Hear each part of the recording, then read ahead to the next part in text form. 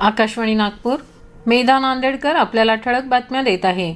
मुंबई अहमदाबाद राष्ट्रीय महामार्गावर आज 4 वाजताच्या दरम्यान लग्नाच्या वऱ्हाडाच्या ट्रकचा भीषण अपघात झाला असून 12 जणांचा मृत्यू झाला तर 20 जण जखमी झाले आहेत. जखमींवर कासा उपजिल्हा रुग्णालय आणि धुंदलवाडी येथील हॉस्पिटलमध्ये उपचार सुरू आहेत. मागेल त्याला सौर कृषीपंप योजनेत आता सामायिक सातबारा असलेल्या शेतकऱ्यांनाही लाभाचा मार्ग मोकळा झाला असून शासनानं तांत्रिक अडचणी दूर केल्या आहेत. भागीदारांच्या संमतीनं हिस्साधारक शेतकरी सौर पंपासाठी महावितरणकडे अर्ज करू शकणार असल्यानं अधिकाधिक शेतकऱ्यांना दिवसा मोफत आणि सुरक्षित सिंचनाची सुविधा मिळणार आहे. नागपूर जिल्ह्यात आतापर्यंत हजारो शेतकऱ्यांनी या योजनेतून सौर ऊर्जेचा लाभ घेत वीज बिल शून्यावर आणलं आहे. भंडारा जिल्ह्याच्या विकास कामांना गती देण्यासाठी आमदार नरेंद्र भोंडेकर यांनी विविध शासकीय प्रकल्पांची प्रत्यक्ष पाहणी करून आढावा घेतला.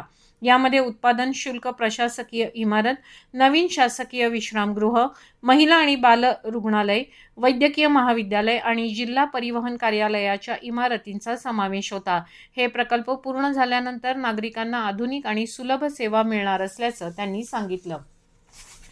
केंद्रीय माहिती आयोगानं भारतीय क्रिकेट नियामक मंडळ हे माहिती अधिकार कायदा 2005 अंतर्गत सार्वजनिक प्राधिकरण नसल्याचा महत्त्वपूर्ण निर्णय दिला आहे.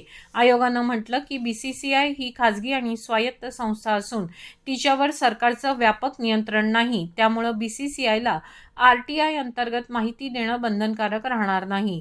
यापूर्वी 2018 मध्ये आयोगानं BCCIला सार्वजनिक प्राधिकरण घोषित केलं होतं.